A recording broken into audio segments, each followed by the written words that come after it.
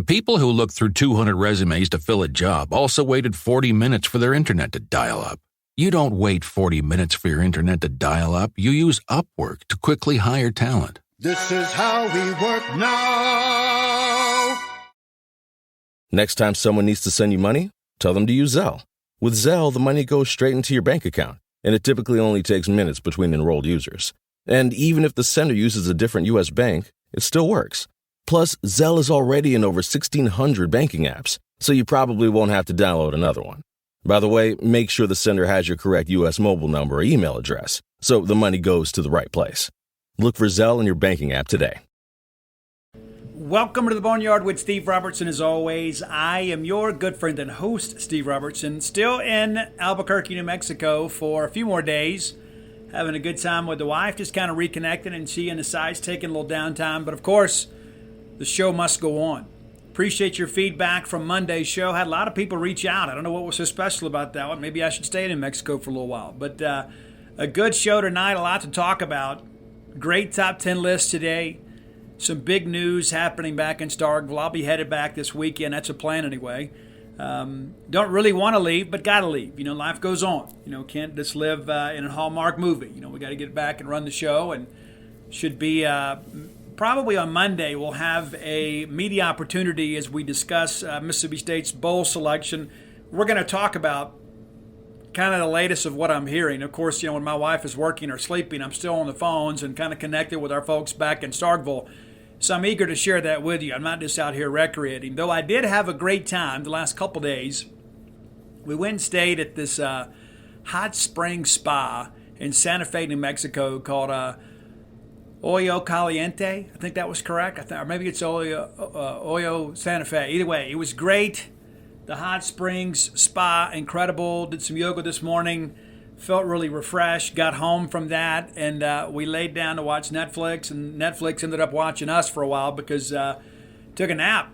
Yeah, did. And she's got to work tonight, so we got some cool things planned. I'm enjoying being out here. It's been really good for me and being good for her too.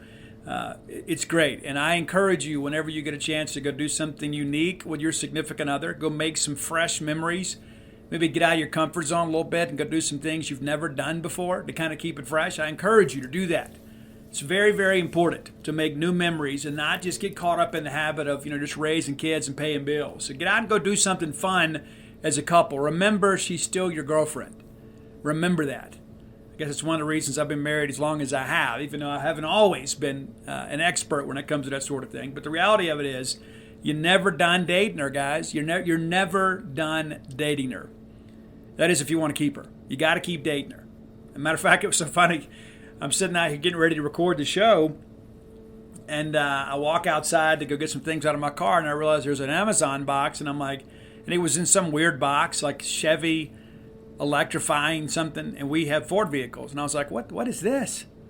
And so I open it up, and it's some healthy snacks that I had ordered for her before I left Starkville. It just made it.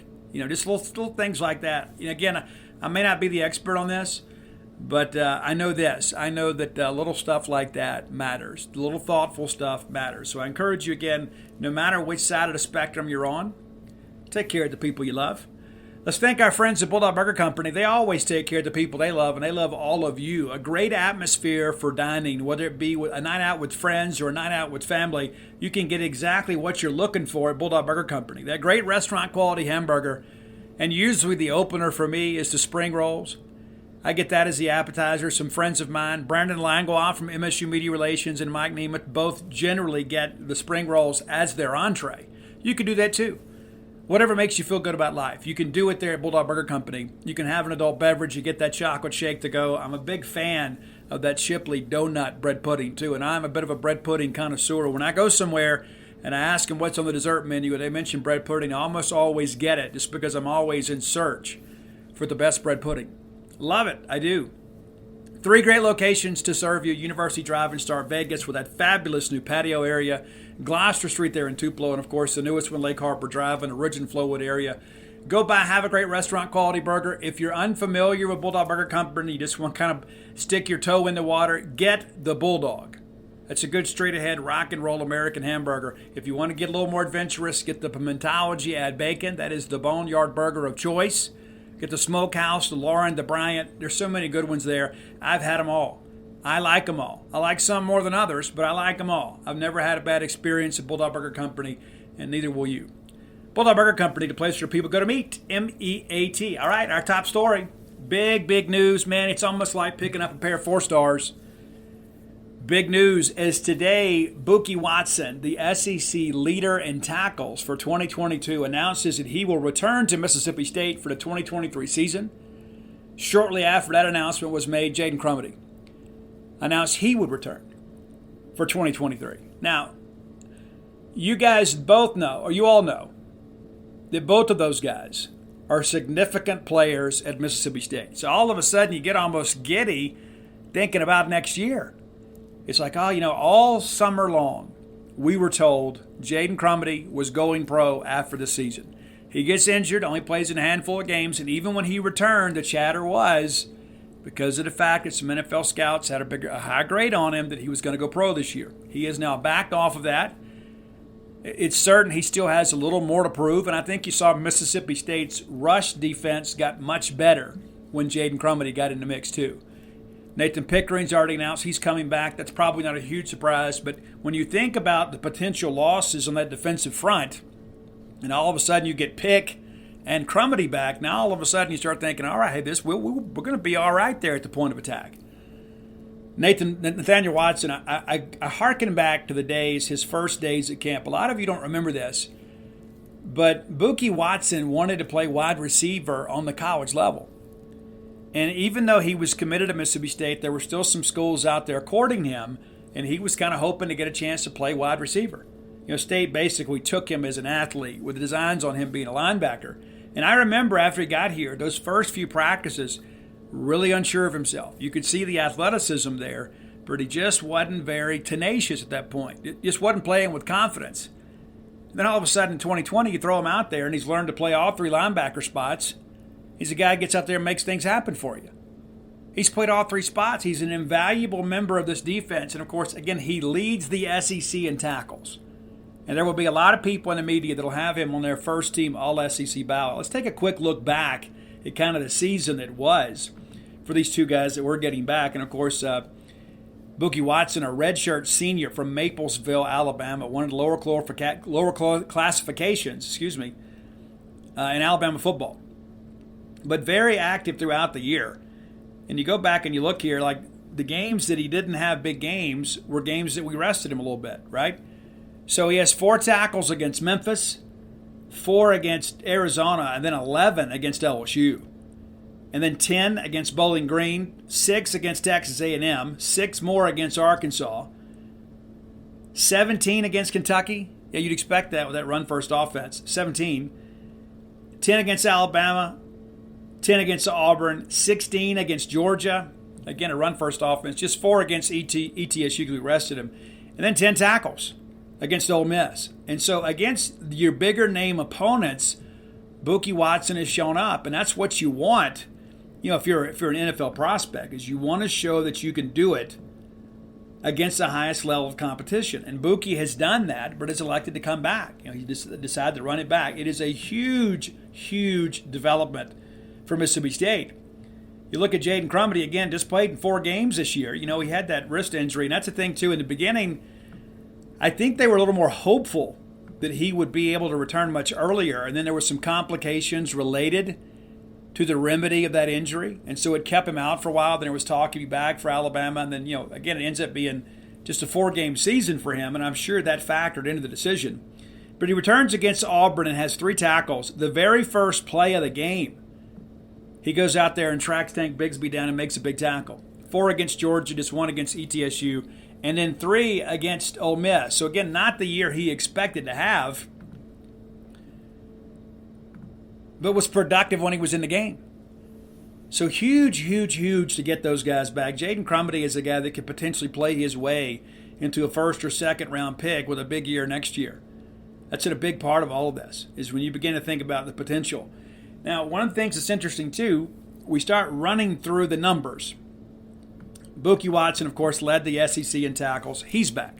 Number 2 for Mississippi State, Jed Johnson was 3rd in the SEC in tackles. He is coming back. DeCam Richardson, not draft eligible this year, or maybe he is, but he's just not going. He is your third leading tackler. How often do you have a corner as your third leading tackler? Certainly wasn't Deion Sanders.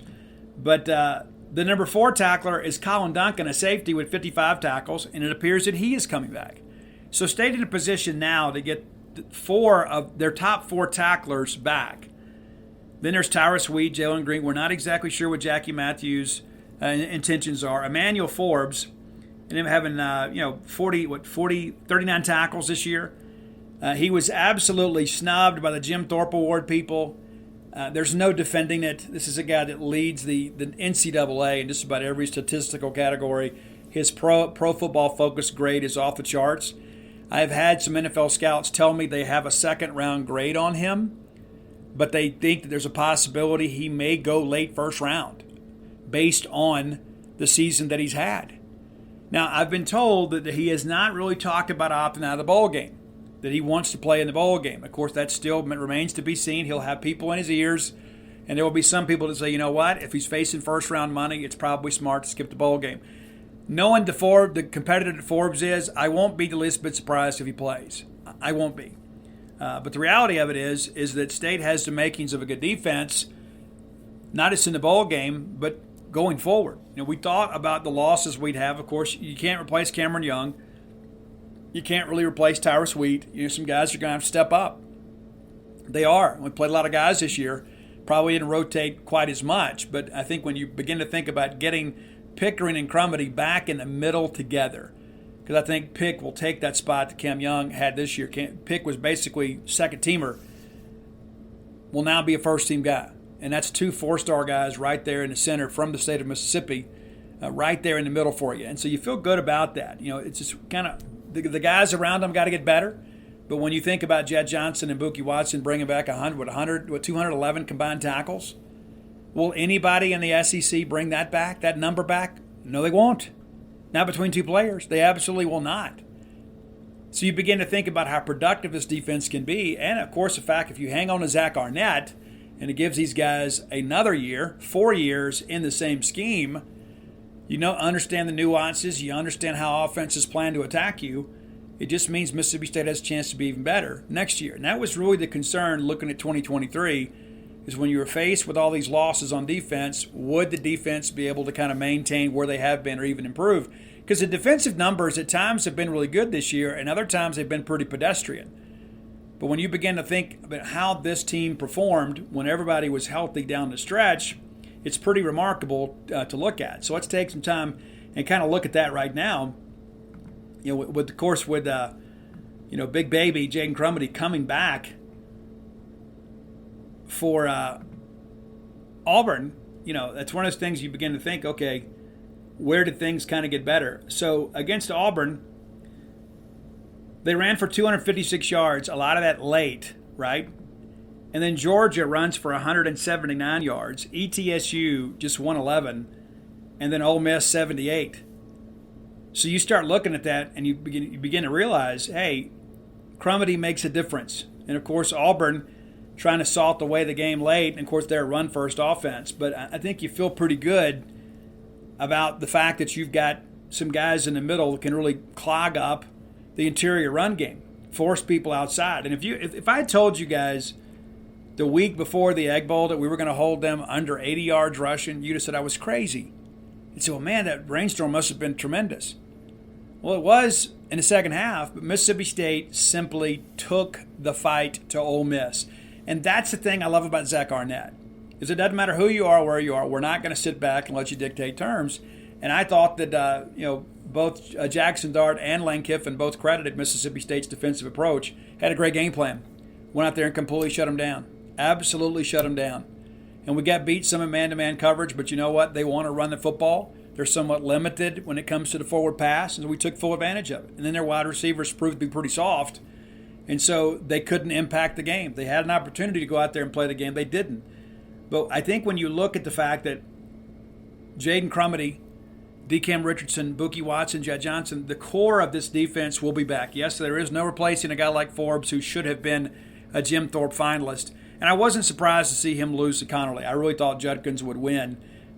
Just because, number one, it's an Ole Miss-centric state in which we live. But there is no denying the fact the guy didn't have a great year. Yes, Emmanuel Forbes did too, but I think Judkins got a lot of the headlines early on because it was much of a surprise, right? I mean, it's like he wasn't a highly heralded recruit, and he comes in and kind of plays above his recruiting profile, so we turned a lot of heads. People expected Emmanuel Forbes to be good in this state. The SEC media may not have been respectful to him in the preseason, but the people within this state and Ole Miss alike, knew what to expect from him. Did he achieve expectations? He absolutely did. I think he even exceeded them. But when you think about the fact not much was expected from Kenshon Judkins this year, and you look at the record-breaking year he had, I'm okay with him winning. I am. I'm not going to sit here and say he's undeserving. He absolutely is. He's a very talented back, and probably a good thing for Ole Miss that Lane Kiffin is staying, or he'd beat Auburn. I understand that he grew up an Auburn fan and wasn't given the opportunity to play there. And you never know. With Hugh Freeze now at Auburn, you never know. You just never know. Judkins may be a guy that says, hey, maybe I can go somewhere else. I mean, I don't know why that he would want to. He's a featured back now and had a huge year there. But there's always that possibility. And we talk about the portal. To date, Mississippi State has not had anybody hit the portal. We will have some people hit the portal. We will. There is no question about it. Your coaches can go on the road this Friday to begin their in-person visits. And so your exit interviews with players will end up this week. And so there'll be some guys that'll say, you know what, I think I need to push on. Don't take it personally. Don't take it personally. It's important to understand that. There's no need to take that personally. You only get a short time in life to play sports. You get a chance to go somewhere else, some more playing time, you're going to take it. And you can't begrudge a young man that. And there's some people out there trying to cash in on the portal, and I'm critical of that. But hey, it's a will to power, right? The whole world is a will to power. But the reality of it is most of these guys that enter the portal are looking for another opportunity. And you'll have some walk-ons that will go in the portal, and some of these clickbait journalist types, these clickbait bandits will make some big deal. Mississippi State quarterback goes in portal. And they'll probably even use a picture of Will Rogers or a picture of Mike Leach to get you to click on it. And it'll be some kid that walked on 2 years ago that's trying to go in the portal and find a scholarship opportunity somewhere. Right? And so just be mindful of that. Don't lose your mind over that. We are going to have some guys go in the portal.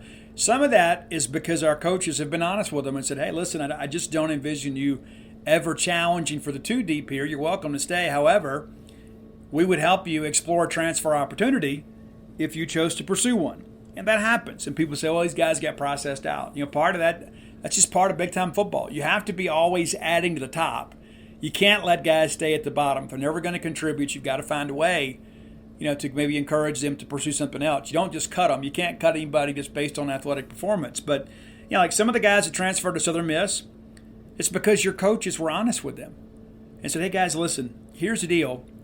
Like Janari Dean's a great example. Janari Dean wanted to play running back. He wasn't going to play running back here. He could play it at Southern Miss.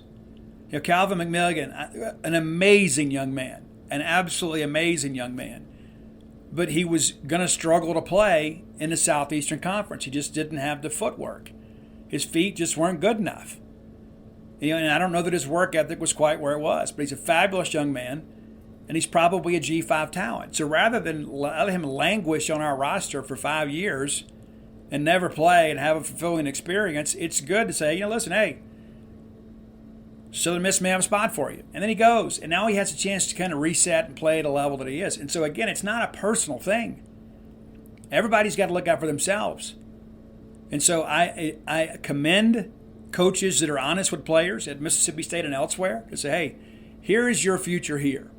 And if you're okay with that, okay. But if you want more, you're probably better off looking for it somewhere else. And guys aren't stupid. They go to practice every day. I mean, how many of you played high school athletics? It's one thing to play Pee-wees and Pony League and things like that. But when you play, at least on the high school level, there's no doubt who the better players are. There's not. Now, your mom may say something different. Your dad may say something different. Your uncle, whoever. But you're in practice every day. You know who the better players are. You got to be honest with yourself. And so that's what happens when you get on the college level. Guys begin to think, okay, listen, I've got, Woody Marks and Dylan Johnson and now Price ahead of me. And I'm a running back. And then all of a sudden they're bringing in a junior college back and Seth Davis. Well, the writing's on the wall, right? I'm not going to play here. I'm not going to play here. Of course, Hargrove has already attempted to go in the portal one time. I think it's a safe bet that he's going to go this time. And he hadn't played. I mean, so he's played some special teams, but he has not had any significant snaps at Mississippi State. And again, I go back to the fact there was a reason he was available as a 4-star that late. He just never was able to absorb the offense. And he had some really rough days in practice, and I felt really bad for him. He is a great young man. It just didn't work out here. It's not our fault. It's not his fault. Sometimes that happens. Sometimes guys just need a fresh start, and we wish him the absolute best. He hadn't gone in the portal yet. It may surprise me, but I don't think that's the case. But you're going to have some guys go in, so be prepared for that. At Jiffy Lube, it's our job to make car care make sense. With personalized service reviews that swap the car talk for straight talk, so you know what your car is telling you and what to do about it. Putting you in the driver's seat of car care? That's a job for Jiffy. The people who looked through 200 resumes to fill a job also waited 40 minutes for their internet to dial up.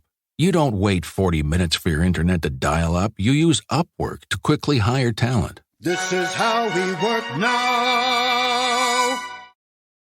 Next time someone needs to send you money, tell them to use Zelle. With Zelle, the money goes straight into your bank account, and it typically only takes minutes between enrolled users. And even if the sender uses a different U.S. bank, it still works. Plus, Zelle is already in over 1,600 banking apps, so you probably won't have to download another one. By the way, make sure the sender has your correct U.S. mobile number or email address, so the money goes to the right place. Look for Zelle in your banking app today.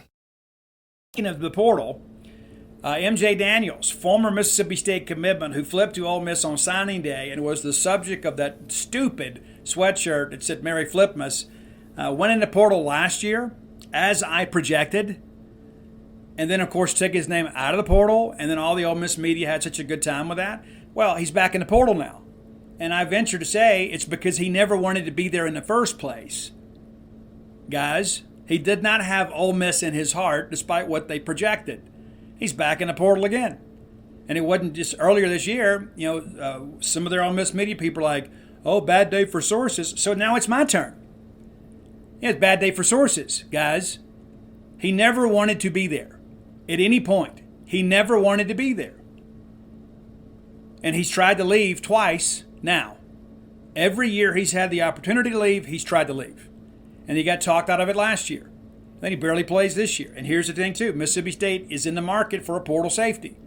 Does MJ Daniels fit that? I don't know. You might want somebody with more college-level production. And to be honest with you, that's what I would want. MJ Daniels is a heck of an athlete.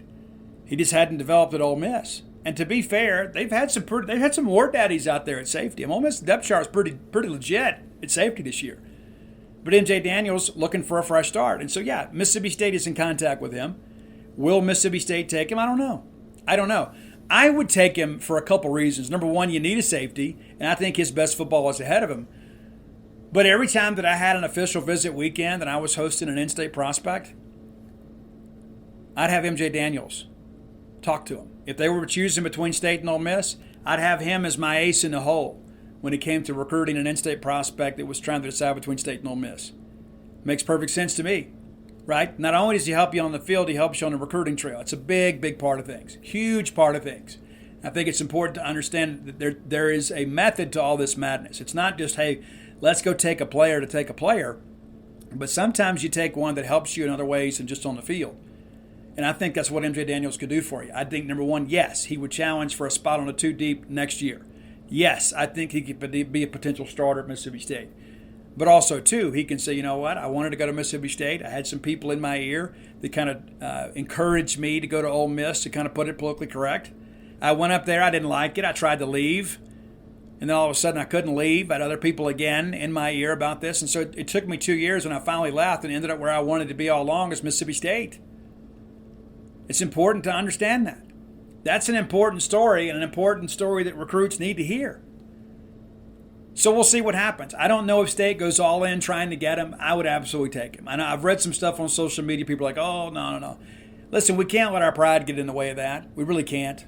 We really can't, especially if you knew the parameters and kind of the details behind the situation, you wouldn't feel that way. Simple as that. You wouldn't feel that way. The guy was under a tremendous amount of pressure to go to Ole Miss. He succumbed to that pressure and has basically wasted 2 years of his career. at a place that he never really wanted to be. And so here we are. And so that goes back to this whole thing about these mentors and people like that, that they're basically looking at these situations as a chance to basically exploit a student athlete for their own gain. That happens all the time. I'm not sure of all the parameters around this one, but I tell you this, there's all these mentors out there. They don't care about these kids. They don't. I don't care what they tell you. I don't care how many tweets they send out or how many huddle videos they send and try to get these kids some exposure. It's all very self-serving. It is. And usually, and there's a few guys in this state in particular you could mention, there's a few guys in here, like as soon as those guys are gone, they move on from them. They do. It's about them. And then they ultimately ruin their college careers, and then they don't have to live with the fallout. So I will share this with you again, because I know that times there are some recruits and parents of recruits that listen to this show. Stick with the people that have been with you since day one. Your high school coach, your local supporters, people that have been in your fandom your entire life. It's all these newcomers that jump in and say, hey, I know how recruiting works. Anytime somebody contacts you or your family and says, I know how recruiting works and I can help you, just hang up the phone. Don't respond to that text. That person's got an ulterior motive. Your high school coach and your high school coaches, your position coach, many of those guys who played beyond the high school level, they know how recruiting works. Many of them deal with this every single year. Coaches come in, they analyze players, they offer them. They're familiar with the process. Not your long-lost cousin on your mama's side twice removed. All of a sudden they just show up, hey, I know how recruiting works. Yeah, they know how recruiting works. They think somebody's going to give them something, right? And there are a lot of people that want to take all these trips with you because they know when they go it's going to be a big party and you're going to eat for free and party for free and everything else that goes along with all that. Stick with the people that are stuck with you. It's as simple as that. Stick with those people. Those people will always have your best interest in heart with rare exception. Everybody's always got that uncle, that's thinking he can help you. But the reality of it is as a former high school baseball coach myself that has gone through the recruiting process as a coach and seen both angles of this, I can tell you, even at that level, there's a lot of people out there trading in kids. There's a lot of people out there trying to attach themselves to a student athlete to get what they can get for themselves. Simple as that. I know. Listen, in Baton Rouge, I coached basketball at Hosanna Christian Academy for 3 seasons. Then I coached baseball at Broadmoor High School for 4 seasons, and I can tell you, we had to deal with the recruitment of student athletes from the private schools in Baton Rouge. Even then. And then, of course, when I get on the high school level, we're dealing with D1 coaches and sometimes junior college coaches and NAIA coaches. We're dealing with all of that. And I can tell you, the best resource for a recruiter is not your new cousin, it's your coach. Your coach has been there to see you develop and mature as a player. They can say, hey, coach, when we first started playing this kid, here's where he was, here's what he did, he worked hard, he got better at this. Your cousin can't tell that story. And recruiting's about relationships. And that's yours, mine, and everybody else's. As your coach, I know your family. I know culturally what's a good fit for you. I'm never going to tell you where to go, but I can kind of plead your case to another coach and say, hey, listen, he comes from a great family, and here they value education, there's this, there's that. Your mentor doesn't know those things. All your mentor is going to do is go out there and spit out a bunch of made-up stats and, hey, I can get him to come up there. I can get him to come up there. And again, that's not for you, that's for them. That's for them and the ego of their donorship. So you got to make a business decision, and that doesn't mean monetarily. You got to think about the long play. What is best for my long-term future? Okay, yeah, I might go on a visit, and I might dance with a pretty girl and get a steak dinner and get a little money in my pocket. And maybe it's like that every weekend up there. And that'll make you soft. I'll be quite honest with you. It'll make you soft. It will. You got to work for that stuff. If they give it to you, you're not going to work. I don't care who you are, where you're from. You're not going to work if they give it to you. Nothing in this life worth having is free. Nothing. And that includes official visit weekends. That includes a few extra dollars in your pocket as you get ready to go back home. It's one of those things, too. I know a lot of kids have never had much, and there are people out there that exploit that, and they do what they can and with all they can to try to help their school. I get it. I understand it. And it's difficult to tell a kid that's never had anything that you shouldn't take this, because that's what they always say, you should do this for your mama. Do it for your mama. I've heard the story a million times. But I'll tell you, in the end, most of those stories don't have a happy ending.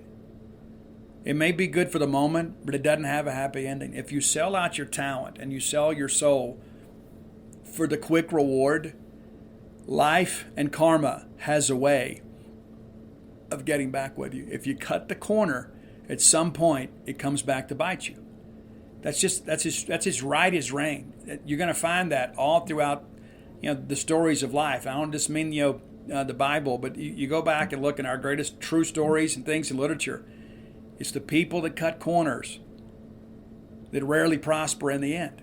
I'm a firm believer in that. I don't think I'm smart enough to get away with it. You know what I'm saying? And I don't think you are either. So do things the right way, and you'll be amazed at how many good things come to you in the end.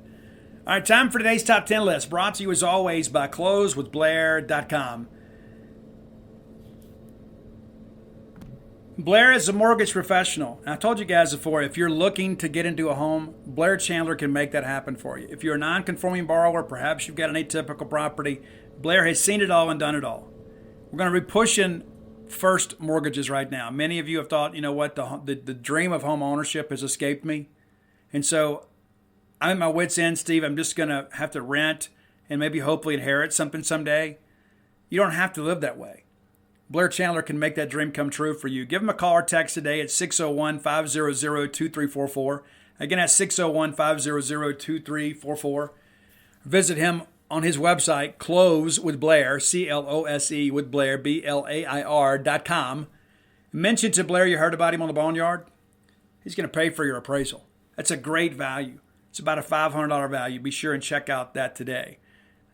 All right, top 10 list. In honor of all these guys coming back, I wanted to, let's do a special top 10 list in honor of these guys coming back. So this is going to be a very diverse list. We got some rock, we got some classic rock, we got some rap, we got some country, got a little bit of everything. Because I'm so happy we got our dudes back, right? All right, number 10, you go back to that Rat EP, and then of course they carried this one song over on the Out of the Cellar, which was the first full-length LP for Rat. It is the classic track, Back for More. Because Jaden Crumedy, Bookie Watson, back for more. Number 9, this probably excites Mississippi State fans. And this song was a great electronic song. And many of you probably saw it on Vegas Vacation for the first time. When Audrey and them went out to the field party or whatever. It's Ready to Go from Republica, which I think is the first time we featured that song on our top 10 list. Ready to Go from Republica. Number 8. A band that we've had on the show before, a band that's very special to me. My mother-in-law loved them with all she had. They were without a doubt her favorite band. And at her funeral, we played Collective Soul rather than gospel hymns. It just wasn't who she was. But number 8, It's Better Now from Collective Soul. I love that track. It's a great driving track. And again, I think right now everybody in the Bulldog fan base, after tonight's news, feeling a lot better now. Number 7, we dip our toe into the country music waters here. And this guy, even though he's a country guy, got a little rock element to him. It's Jason Aldean's We Back. You thought we were gone, but you're wrong. We back. Number 6, our first rap song of the day. And hopefully Roy can find this on Spotify. He was having some trouble earlier. But you guys, everybody that's attended a game at Davis Wade Stadium and probably Humphrey Coliseum has heard this song. Or they've heard this artist. It's T.I., who I love. I think T.I. is amazing.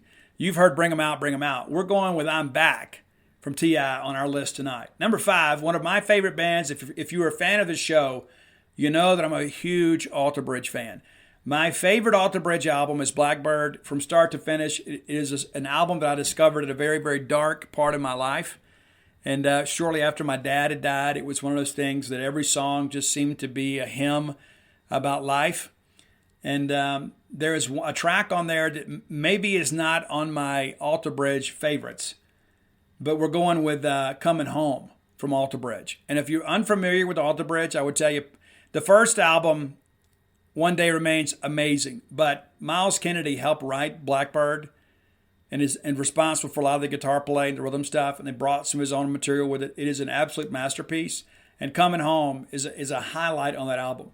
Number 4, this is a song, too, from the R&B ranks.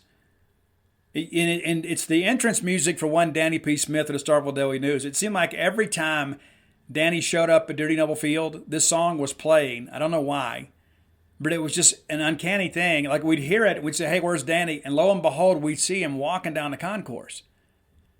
It was also played sometimes as Elijah McNamee's walkout song. It's Return of the Mac.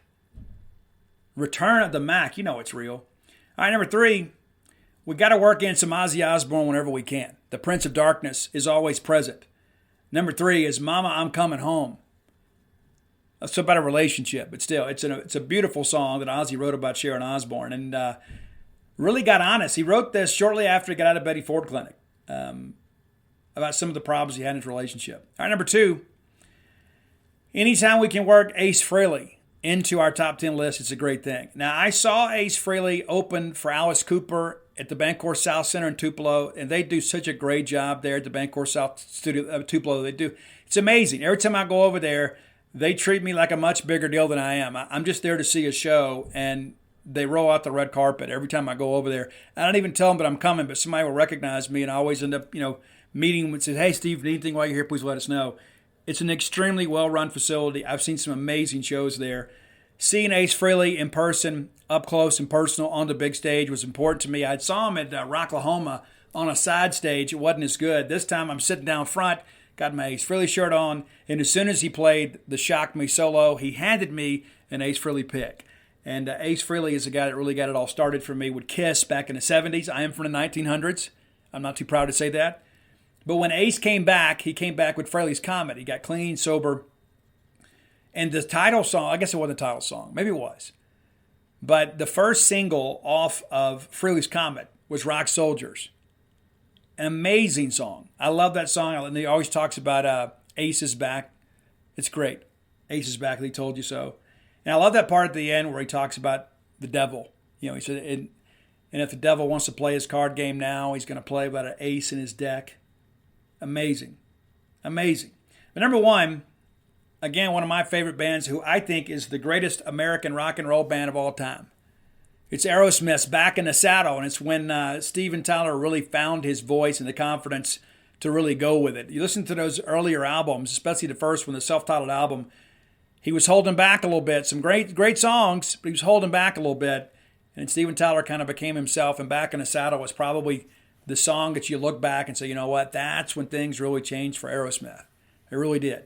So Back in the Saddle. And we hope that you folks will jump back in the saddle with us next year as we get ready for an 8-home game schedule. An 8-home game schedule. And then our 4 road games, all 4 of them are toss-ups. Yeah, think about that. It could be a special season. And now all of a sudden you start thinking, okay, we've got a little juice right now, right? We've got a little juice. We've won 2 in a row. We've got the egg back. We finished 8-4, which is what everybody hoped we would be. Some people say, well, maybe we can get to 9-3. We didn't. But I think everybody said, hey, if we get 8-4 and get the egg back, it's been a good year for us. It's a step forward. Not a great year, but it's been a good year for us. We did take a step forward. Offensively, all of our numbers are up across the board, scoring-wise. Will Rogers' passing yards were down a little bit. Well, number 1, we ran it a little bit more, but also, too, some people were intent on not letting him pick them apart. But you begin to think about now you've got some pieces come back on defense. We've got some juice, and maybe it's taken us 3 years to get some juice, maybe even 4. I go back, probably the last time we had this kind of juice was 18, and even though that was a disappointing season because we just didn't have enough offense. But we went out there, and we win the Egg Bowl, and they plant the flag on the field, and Matt Luke and Ross Bjork and everybody's out there, and there's Joe Moorhead out there just capping everybody left and right. Stop popping off at me. Joe became our coach that night. And all of a sudden we had a little juice, and we went and lost the ball game, and we lost it. I don't know that we've had real juice since then because, we struggled through 2019, had to beat Ole Miss, in the Golden Piss game, and then we went out and laid an egg in a Music City Bowl, and we had the Tommy Stevens stuff. We just didn't have any juice. We just didn't. And then Mike gets here, and we beat LSU. We've got some juice, and then we lose to Arkansas. So, again, a chance for us to kind of recapture some juice and have some momentum. And that's why it's so important for us to go out and win this bowl game. I think we feel good about where we are. You go get a big bowl win, no matter who it's against. You end the year on a 3-game winning streak, and you've got the majority of your roster returning for next year. and you got a chance to finish in the top 25 this year and then be preseason top 25 next year, that's where we want to be. So you feel good about the direction of things right now. Again, we have some juice. Let's capitalize on it, though. We can't just sit back and say, all right, well, we've got the egg. Let's just be content with this. There are still some things left to prove. And, of course, if these guys are coming back, like Jaden, Crumedy, and Bookie Watson, you certainly expect them to play in the bowl game, right? That's big for us. All right, next segment of the show brought to you by Campus Bookmart, your friends in Starkfille. A great place to do business, man. A great company doing a great job for a great fan base. The Bully Shop completely renovated, now all upstairs, which has enabled them to expand their selection of Mississippi State merchandise. The most extensive selection of Mississippi State merchandise is at Campus Bookmart.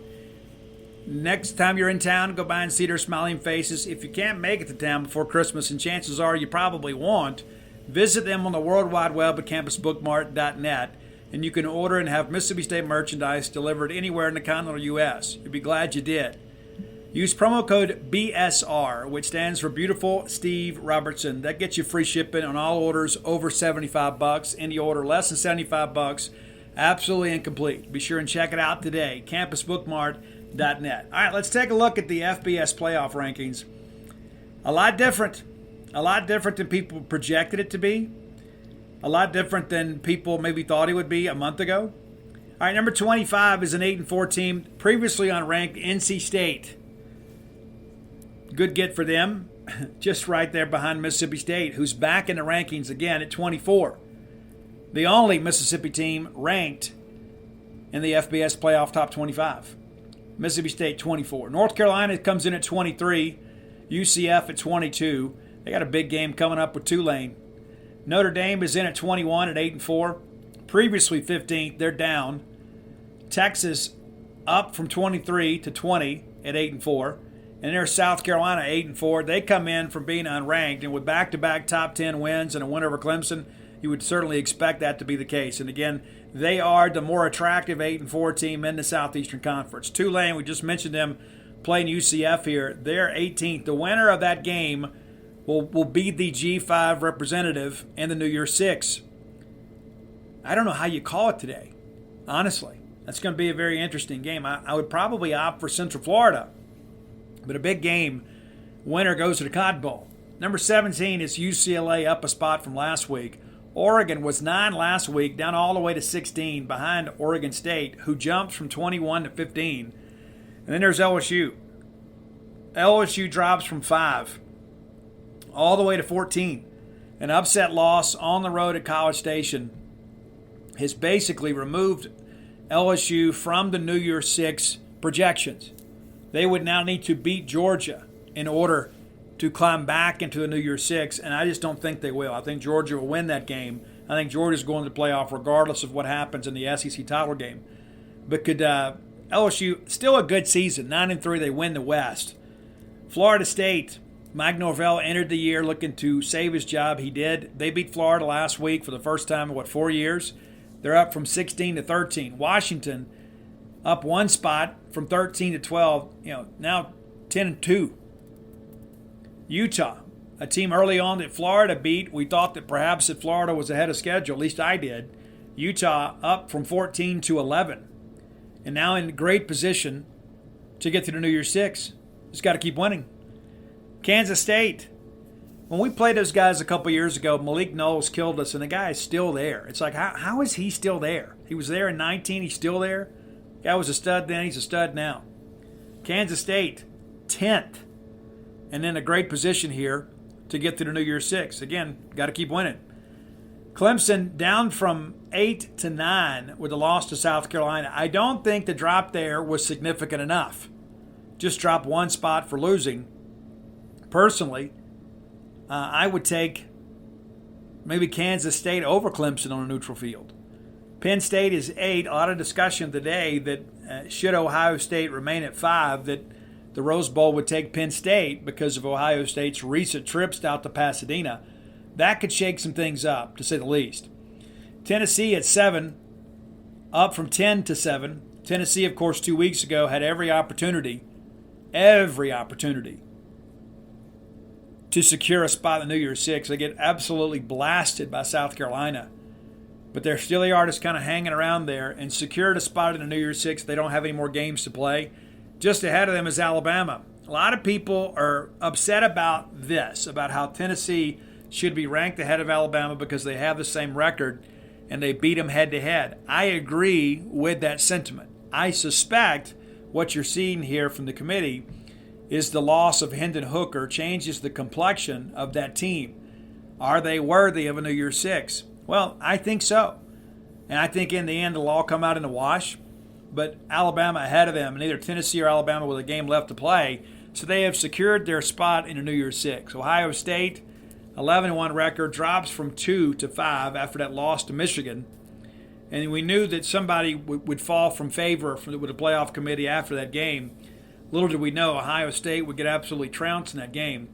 Number 4, up from 6, taking Ohio State's spot in the Final Four is USC, 11-1. Did anybody see that happening this year? I mean, honestly, you knew that they would be a better team. Did you think they'd be a playoff contender this year? I didn't.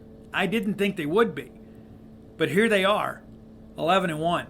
A lot to think about. TCU, undefeated, needs to win the Big 12 championship game to secure their spot in the playoff. And what can you say about Sonny Dykes? What a great opportunity for him there at TCU. Didn't do so well at California, but he's won everywhere he's been.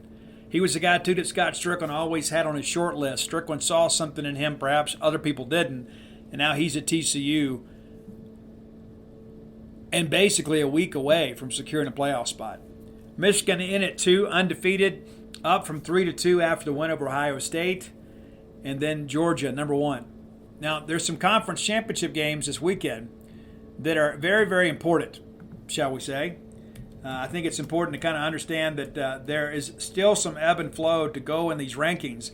State has a little bit of upward mobility, but a lot of the teams that are ahead of them playing in these championship games are so far ahead, it's not going to impact where State finishes in the rankings. But a good chance for us to finish in the top 25 when it's all said and done. But you start looking at these SEC teams, Georgia, Alabama, Tennessee. Those 3 are certainly going to be New Year's Six or better. New Year's Six or in the playoff. And I think it would take a lot of chaos in order for Alabama to sneak in up there. But you know there's some people out there kind of forecasting that. Then there's LSU at 14, South Carolina at 19, and then Mississippi State. Those are your only SEC teams ranked. We talked about how important it was to finish strong. We have finished strong, and currently the 6th highest rated team in the Southeastern Conference with the 5th best record. And the fact that South Carolina is ahead of us should come as no surprise. They have absolutely earned that, and really, Beamer Ball has surprised me. I'm not that I didn't expect Shane to do well. I didn't know that he would do this well this quickly. So congratulations to everybody connected with South Carolina football. I know our buddy Ben Porton always had a good time up there in Columbia. So looking ahead, so Friday you've got an interesting. Akron is at Buffalo, and that's a game right there that Joe Moorhead and that group need to win. I can't remember all the impact from it, but if you beat Buffalo, there's somebody else that kind of goes ahead. North Texas is at UTSA. That's really no consequence. Utah at USC. Now, if Utah can handle USC, that really changes a lot of things. Number 1, it secures Utah a spot in the New Year's Six. They're right there as it is.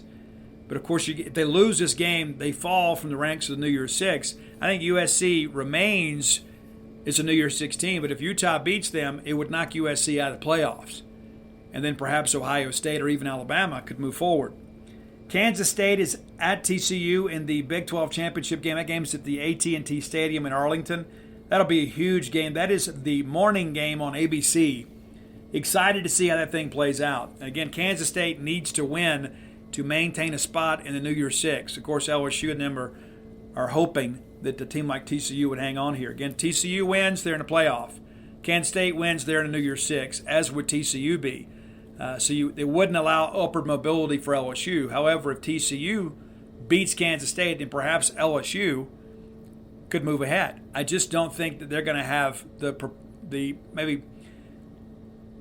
I think they're going to have to win the SEC championship game to have any upward mobility. I think LSU is a team that is probably not as sexy as some people would like for them to be. LSU, of course, is that Georgia SU. That's an afternoon game on Saturday. And then at the same time is the Central Florida and Tulane game. That's going to be in Yulman Stadium there in New Orleans. So that's at Tulane. Awfully interesting to see if John Rice Plumlee and those guys can get it done. Purdue is against Michigan in the Big Ten championship game. You like Michigan here, and then Clemson and North Carolina in the ACC game. So, again, some games to watch, some things to really pay attention to that could impact the bowl picture.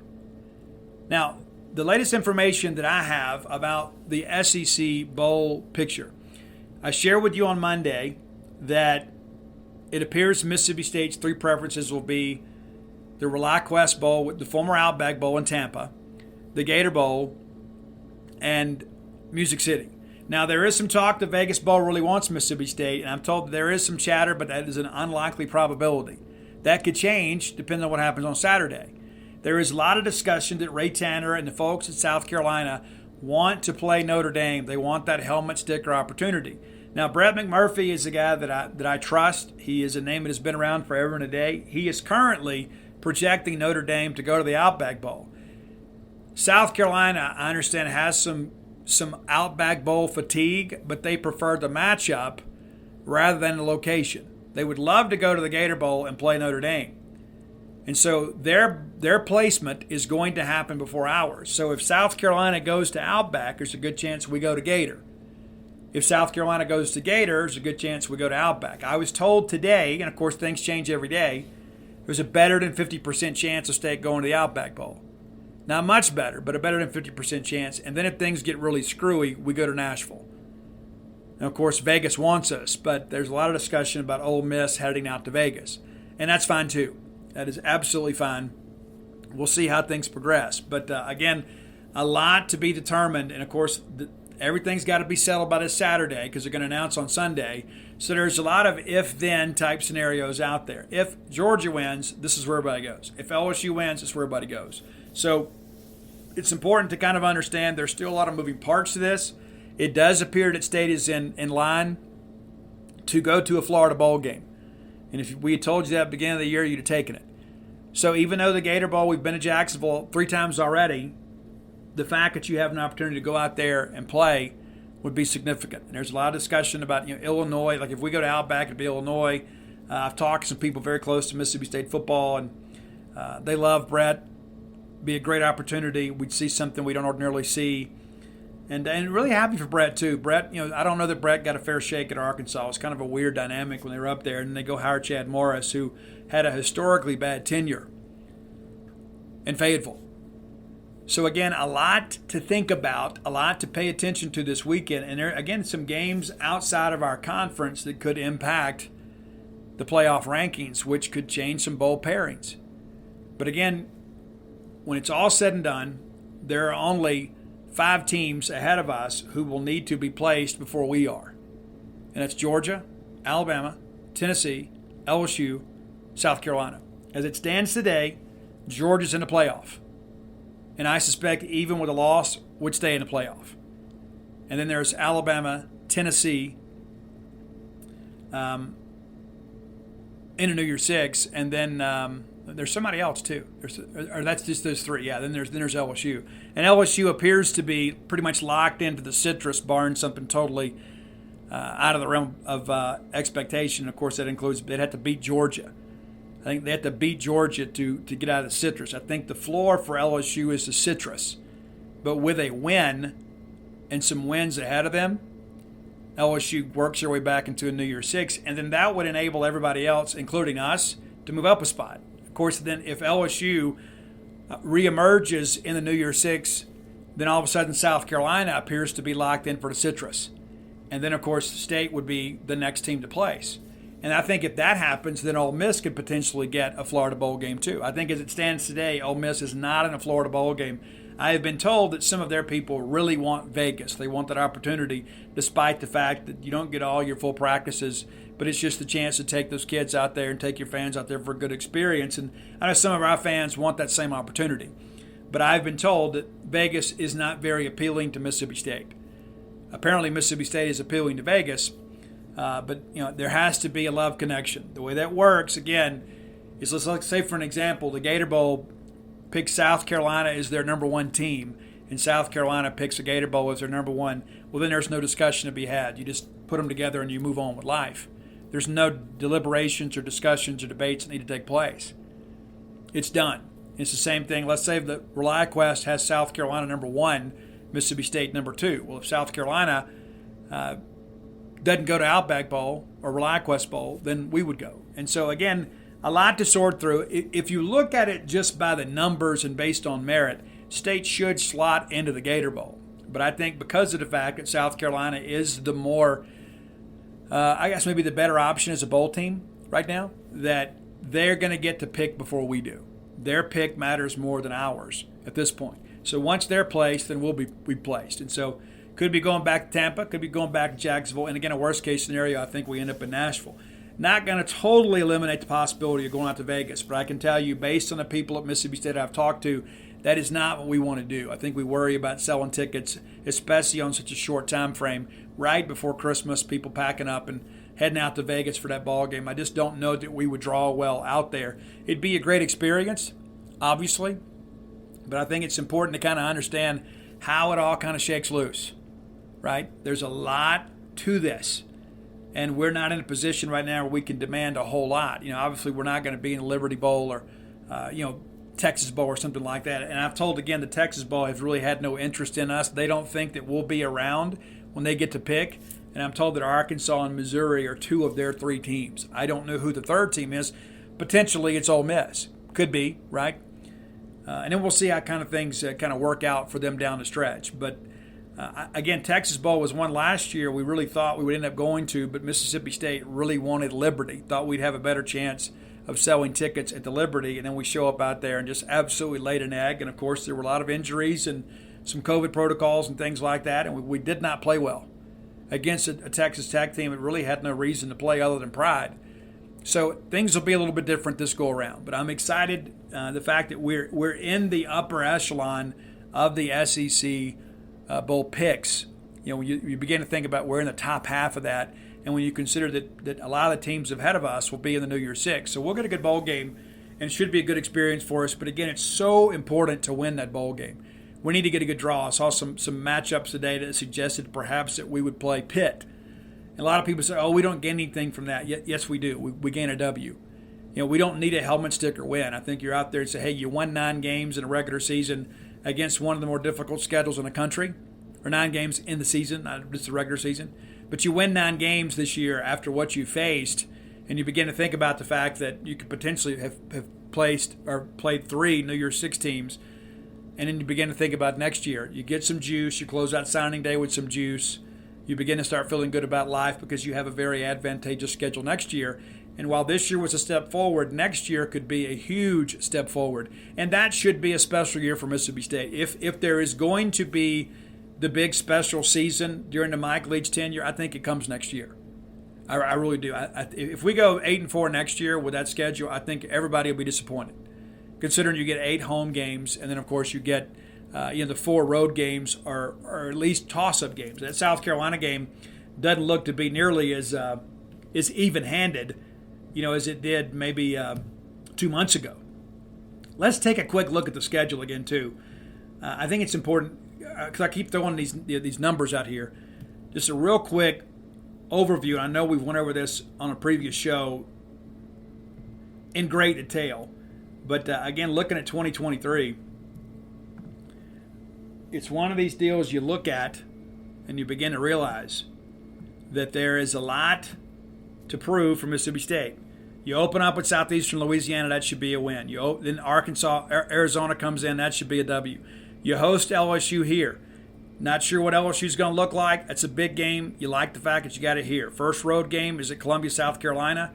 Then you get Alabama coming in here. You'd probably pencil in a loss. Then you get Western Michigan. You go to Fayetteville. Could be a completely different looking Arkansas team. I think that they are beginning to swoon a little bit. Then you go to Auburn. State has had some success against Auburn the last couple of years. Going to be the Hugh Freeze staff over there. Defense is going to have to play well. But if you remember, Hugh Freeze's teams at times were not very good defensively. They will hit the portal hard this year. So we'll see how things progress. Then you get Kentucky here. We have dominated them here. We go to College Station. We've kind of had A&M's number.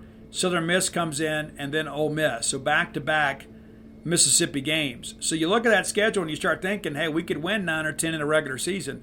That's an important thing to consider. So Mike Leach has to capture that momentum and capture that opportunity and do a great job kind of pushing this program forward. Because if you really want to get fans committed totally, we've got to show that we can be better than a middle-of-the-road bowl team. We've done that historically. And I know we've got a great bowl streak together. And again, last year we had to sweat it out. We thought we were going to be a team potentially 6-6. We ended up beating Auburn and A&M on the road. That propelled us to 7-5. This year we want to take a step forward. We did. But I think, again, this is a building block, not a destination. I think it's important to understand that. If we're really serious about contending for championships and being a competitor in the West, we've got to prove that next year.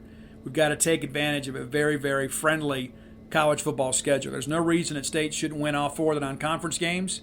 And you begin to think, too, hey, well, there's no way we should be worse than 500. So that makes you 8-4 again. But I think with what you have coming back and the way the schedule lays out for you, you've got to have a winning record in the conference next year. You absolutely have to.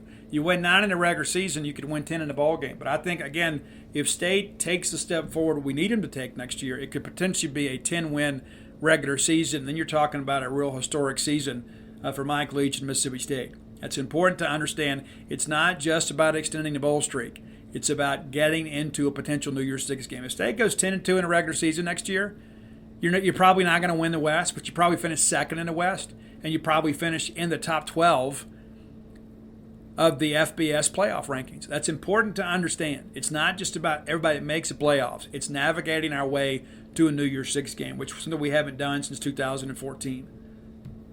All right, final segment of the show brought to you by your friends at Portico. I've told you guys before, if I was moving to Starkville now, Portico is where I would move.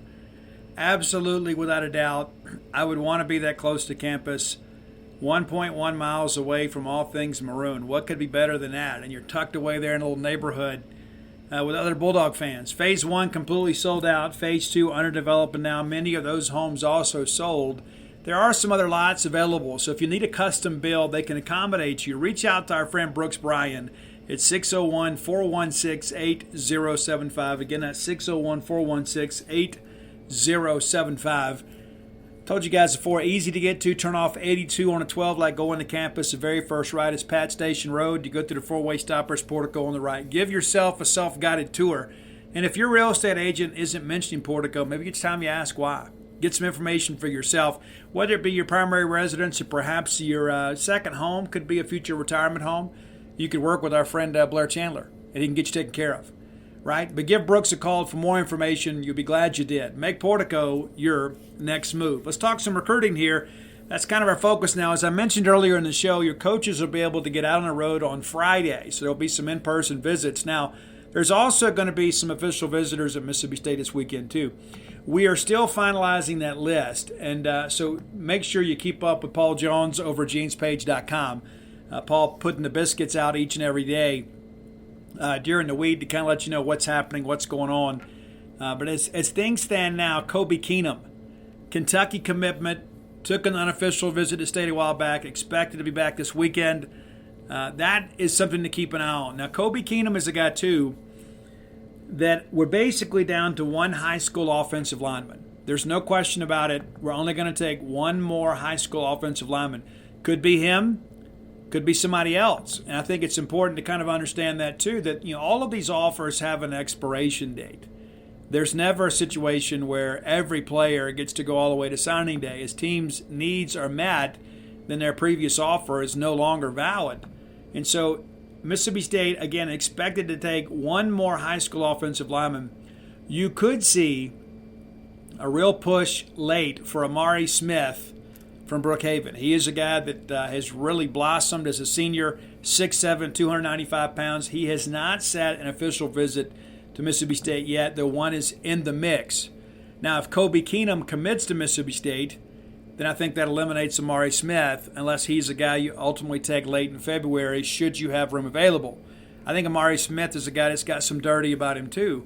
I think it's just a matter of time before he really becomes and blossoms into a great college player. The thing about Kobe Keenum is he is somewhat limited in his projectability position-wise. Probably a center, could be a guard. You know, we've had Cole Smith play some at guard. Not the biggest guard, but plays really big. And I think Cole Smith's been a driving force behind this team this year. But Kobe Keenum and Amari Smith, I think it is an either-or situation between those two. And I think they'll wait and see what Keenum does before they go all in on Amari Smith. But again, that is a situation to really watch in the days ahead.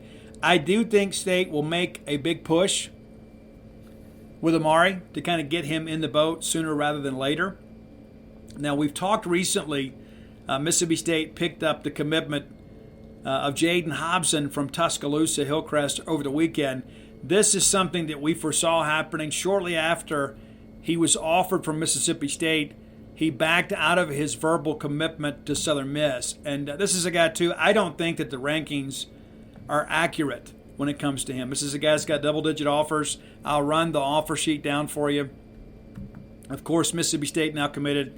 Southern Miss, former commitment there, Appalachian State, Arkansas State, Liberty, Memphis, Middle Tennessee State, Samford, UT Martin, and then West Virginia. So not a real dicey offer sheet, just the 2 Power 5 offers. But again, some decent G5 and middle-of-the-road college-level programs there. But this is a guy, too, if you watch his film, and I have, the thing that jumps out to me is this kid's got feet like a typewriter. Amazing feet. He projects as a guard. That's what he'll play at Mississippi State. He could eventually blossom potentially into a right tackle. I think when you've got a guy like him that is comfortable playing on the interior, is used to the rigors of interior line play, you continue to develop that skill. There are a lot of guys that like to get outside wide and play in space. I don't know that Hobson's one of those guys. I think he's good where he is. He plays right guard there at Hillcrest for former Starkfille High School coach Jamie Mitchell, a great guy. He's done a great job developing players. His offensive line coach, a former player at Mississippi State. So a lot of Bulldogs kind of around him, but I think really where it benefits him is that gets him on the Mississippi State radar. I don't think he chose Mississippi State because he had Bulldog coaches, but I think that goes back to the discussion we had in the first segment of the show. When you've got people out there looking out for your benefit, they're working hard to ensure that you get the opportunities that you deserve, your high school coaches are going to do that with greater regularity than some mentor out there. So that's something to watch too. Looking at some other visitors that are expected this weekend, if I can get back to my tab there, I got a lot of stuff open pretty regularly. We're having these shows. I try to avoid typing when we're talking, but should be a good visit this weekend. Looking at non-committed guys coming in, Isaac Smith will be in this weekend too. Now Isaac Smith's a guy that spent a lot of time on the Mississippi State campus. It appears to be down to State and LSU. Ole Miss had been a factor early on. For some reason, they never really connected. They didn't recruit him really hard for a while. They kind of spun it a little bit and said that one of their analysts, Kelvin Bolden, had been on him the whole time. It's a different dynamic, right? If it's not one of the coaches, the interpretation is that, hey, these guys don't really want me. And then Ole Miss tried to kind of ramp it up late. Now they're saying they don't have room for him. I just don't believe that. I think the fact that Isaac Smith has basically eliminated them from contention because of their lack of recruiting activity. I think they're more keyed on the portal. But this could be a significant weekend. Now, Isaac Smith's already taken some official visits, been to Vanderbilt, been to A&M. Of course, LSU's trying to get him in. But it appears to be a battle between State and LSU. Now, the proximity to home is a factor. And the fact that he has spent so much time on our campus, and, of course, one of his best friends has been offered a preferred walk-on opportunity. I don't suspect that LSU will offer that same opportunity. Isaac Smith has been a priority for Mississippi State throughout this process. When he camped at Mississippi State, he really showed out in a 7-on-7. And your coaches, Darcel McBath, Jason Washington, Tony Hughes, all spent a lot of time talking to him. Zach Arnett spent a lot of time talking to him. He understands what a priority he is to Mississippi State. I understand that his dad is completely on board with him being a Bulldog if that's what he chooses to do. But he's going to work through this process. A lot of people early on thought that Georgia would be the team to beat, but they faded here as of late. And it possibly is because they've recruited over him. I think Isaac Smith is a big-time player, a chance that will play in a National Football League provided that he stays healthy and works hard. And again, he'll be in this weekend. Very significant to get him in. Channing Canada is a cornerback out of Trinity Valley Community College in Athens, Texas. This is another guy, too, that's still working through his options, will elect to make a decision later in this process. And then, of course, there's Shamar Carter. Not exactly sure yet if he's coming in this weekend or next weekend. I know Ashton Porter, the 4-star defensive lineman, coming in next weekend. That's a big get. There was some discussion early on.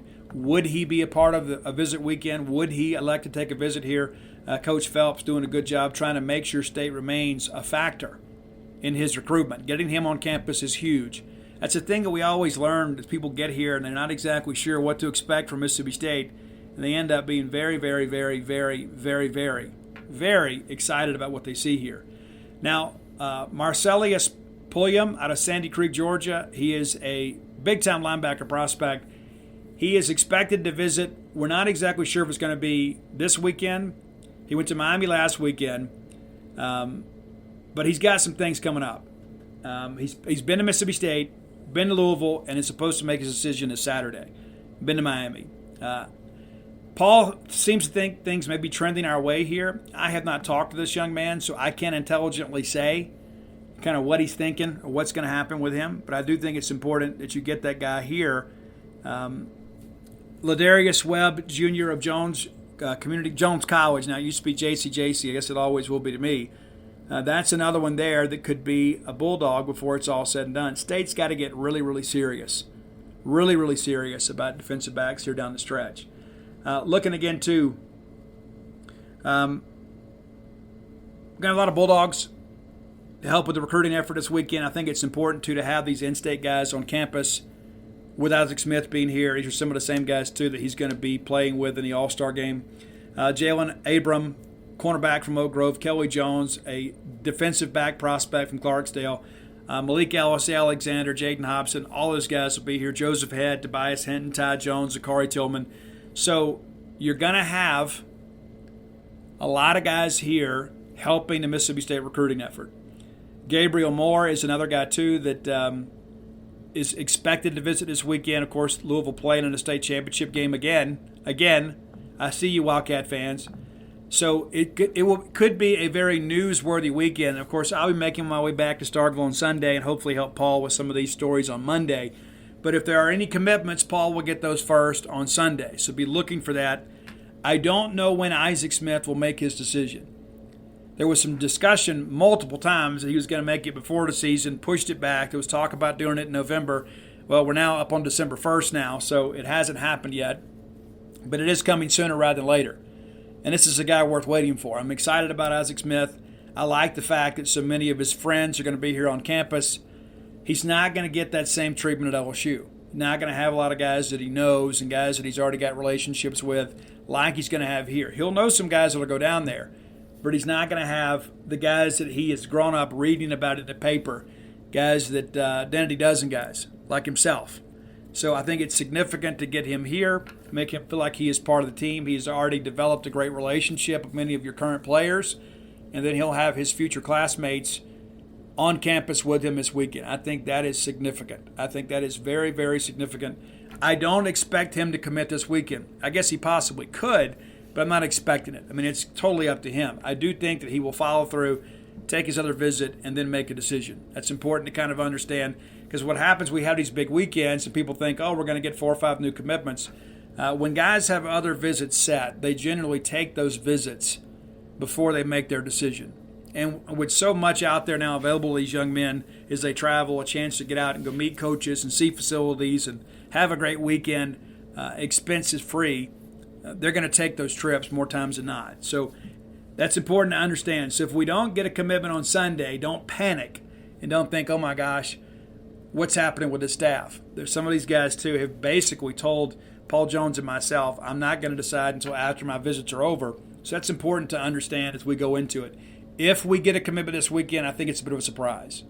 I do, unless maybe Shamar Carter comes on and he becomes one of those guys. But State going to be very, very, very defensive line and defensive back heavy down the stretch. And again, they're going to work the portal some too.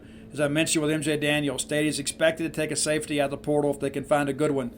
Does MJ Daniels fit that bill? Is he a guy that visits later this month in December? That's certainly a possibility. And it's important to kind of understand that is something that there is some ebb and flow with. But now that he is officially in the portal, Mississippi State can make direct and official contact with him. And there's a couple other guys from Ole Miss that have hit the portal. Luke Altmaier's a guy that a lot of you guys know and love. His dad, Chad, obviously very involved in Mississippi State football for a long time as one of our team doctors. Luke elects to go to Ole Miss. They bring in Jackson Dart. They have an open quarterback competition. Ultimately, Jackson Dart wins that competition. Luke did not play enough this year to burn his red shirt, so he still has plenty of eligibility left. We wish him the best. I don't think he's an option at Mississippi State. I don't. But no matter where he ends up, I'll be cheering for him. He is a great young man from a great family. And, of course, I'm not opposed to bringing in a transfer portal quarterback just to provide some competition at the position. It's the most important position on the field. So if you bring in somebody else and it makes Will Rogers better, then it's worth the scholarship money in my estimation. I expect Will to be better next year anyway. But if you bring in somebody and it makes him work a little bit harder, then the better off I think everybody is. And I don't think there should ever be a sacred cow when it comes to portal work. If you have a chance to add to the top of your talent level, you want to do that. You don't want to burn a scholarship on a guy that's never going to play. And I think, too, it's going to be difficult for us to go out and get a quarterback that says, hey, they got a 3-year starter coming back. They already knows the nuances of the offense, and Mike Leach knows him well. Yeah, I'm going to go get all that I can get. I think it's going to be difficult to make that happen. But it's important to understand you can't rule anything out at this point. You absolutely cannot rule anything out. And maybe it's a transfer, it's a walk-on. Maybe there's some people out there that say, hey, you know what?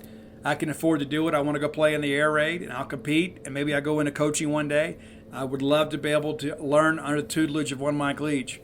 So at this point, there's going to be some new names, probably a junior college or portal defensive lineman. Could see a junior college or portal offensive lineman, though I think it's going to be difficult to get those guys because we're going to be expected 4 returning starters.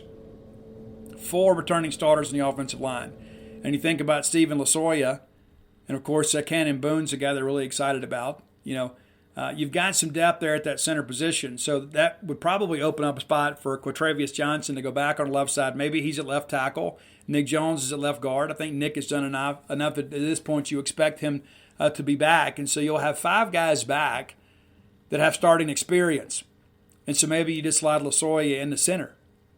And then you put Dollar Bill or Nick Jones at left tackle, and you feel good about your right side with Cole Smith and Cam Jones. And Cam Jones not expected to play in the bowl game.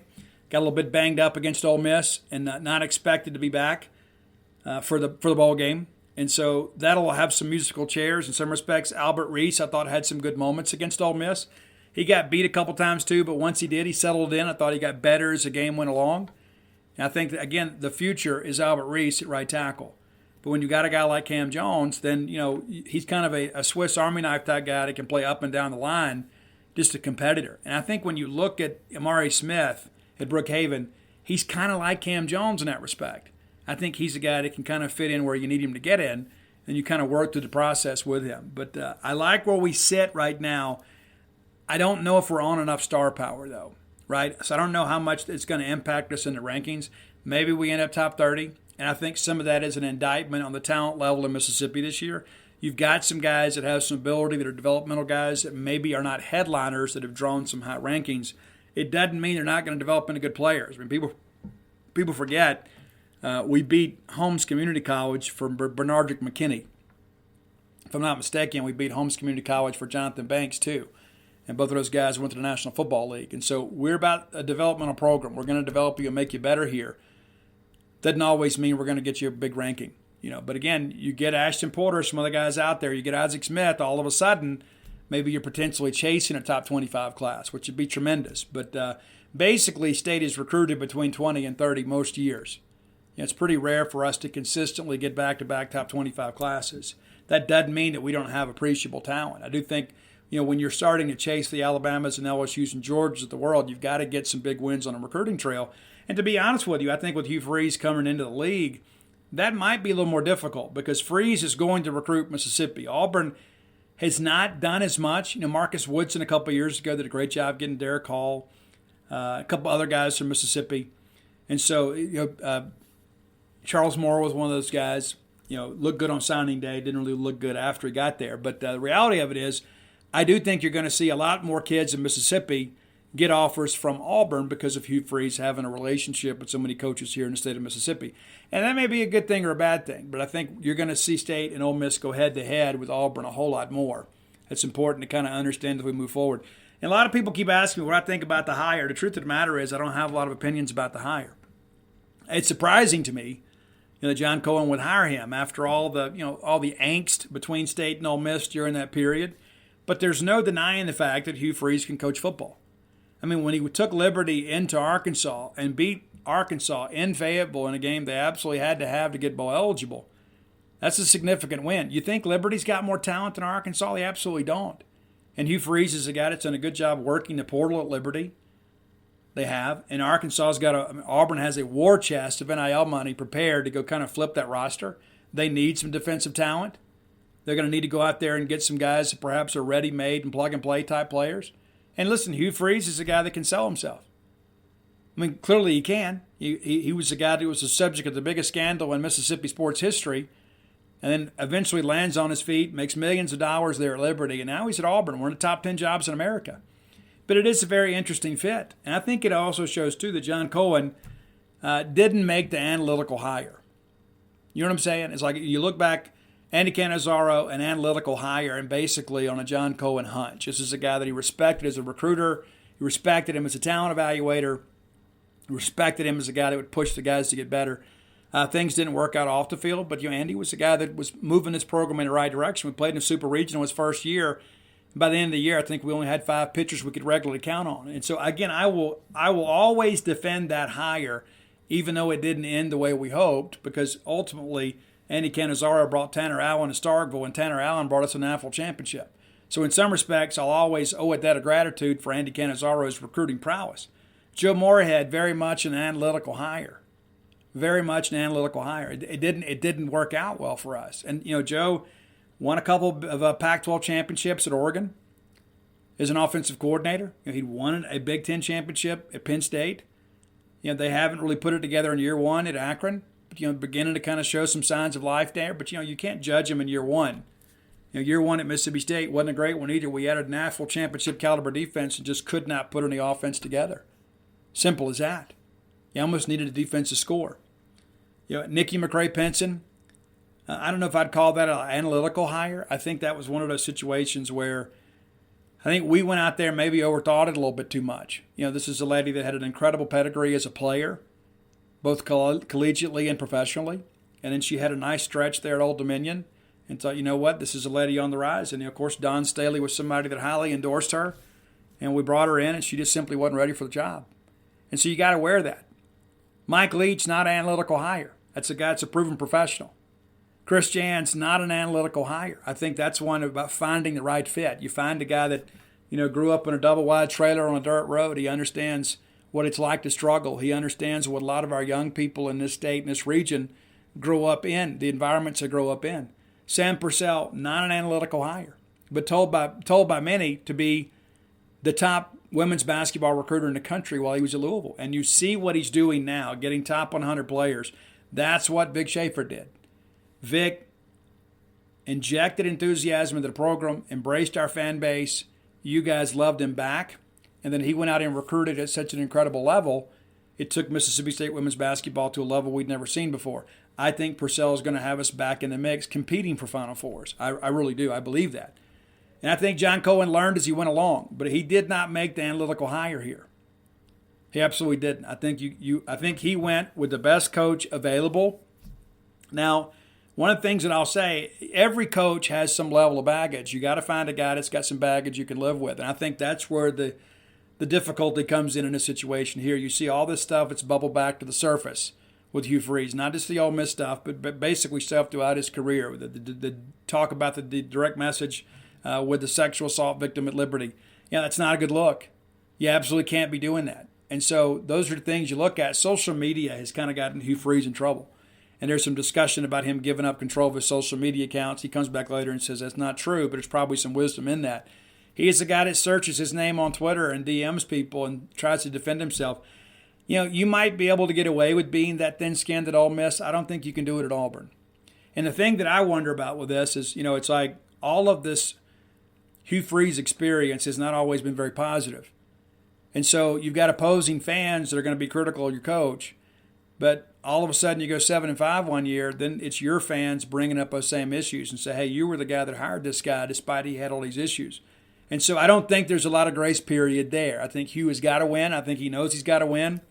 I think it's important, for him to get off on the right foot, and they'll be a better team because the guy can coach offensive football. May not be a great team next year, because I don't think they have a quarterback. Probably got to go hit the portal hard to get a quarterback. Robbie Goodson cannot throw the football. They're very limited in what they do.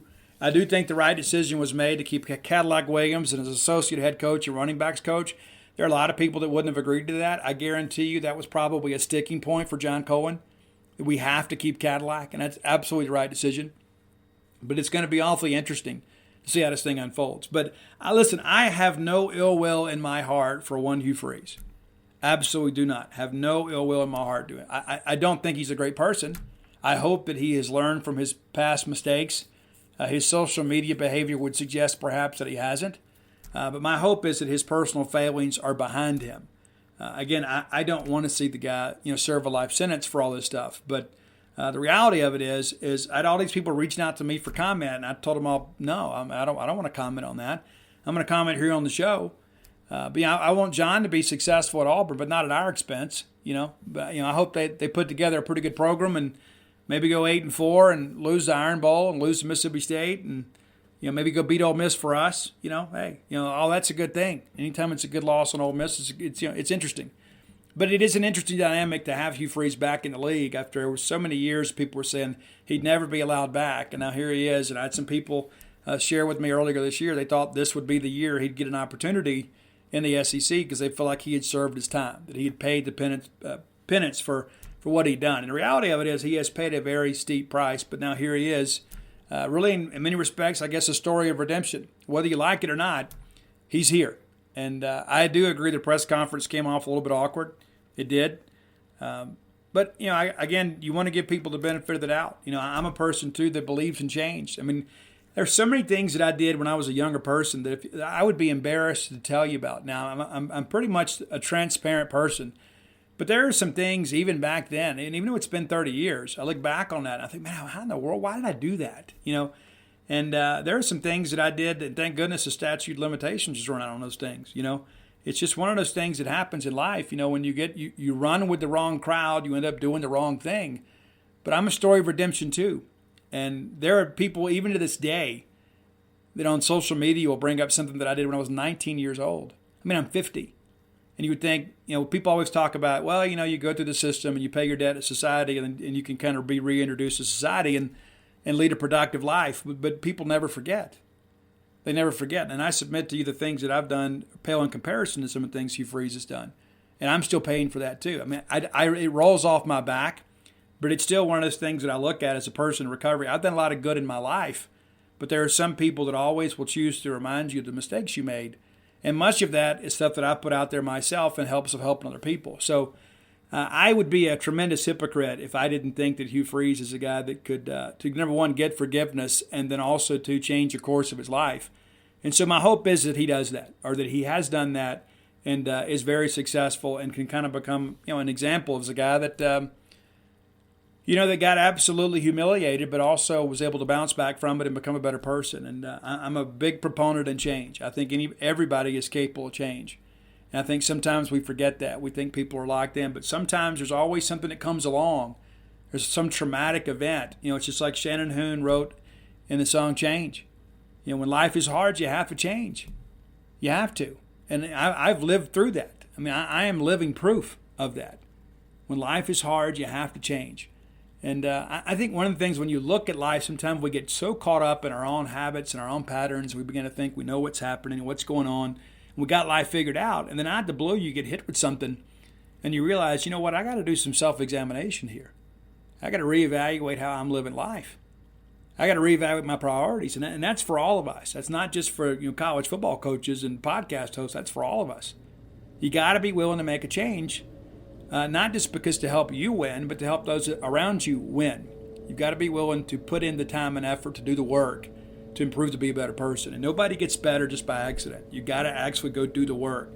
I'm a big proponent of the 12 steps, and I think the 12 steps are a great way to live whether you're suffering from chemical dependency or not, whether you're an addict or not. I think being able to take a personal inventory of your life is something that everybody should do.